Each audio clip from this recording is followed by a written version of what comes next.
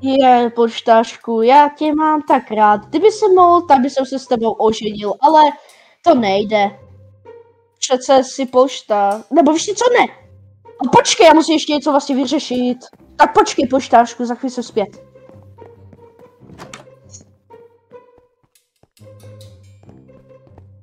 Je, ahoj sousede. Tvoje matka je tlustá. Oh. Co takhle, kdybych ho vykrát?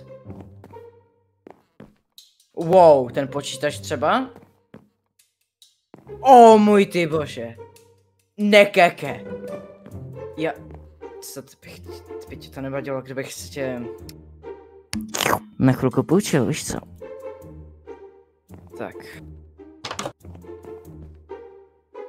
Snad to bude produktivní více než můj sex machine.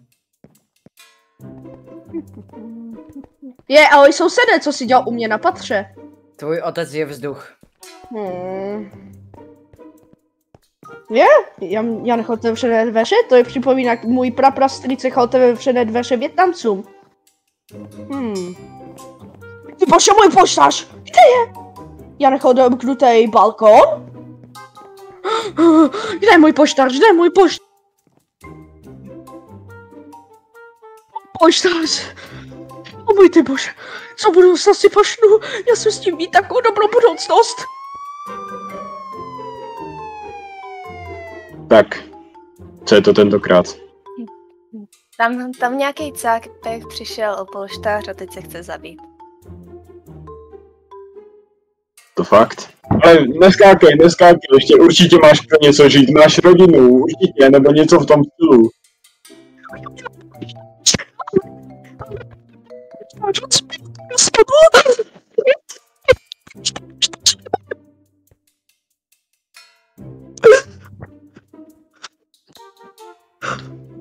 Dobře, tohle jsem si fakt ode mě nenaučil.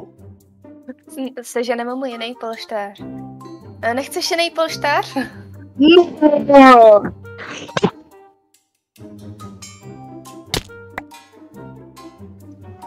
No, tohle jsem nečekal.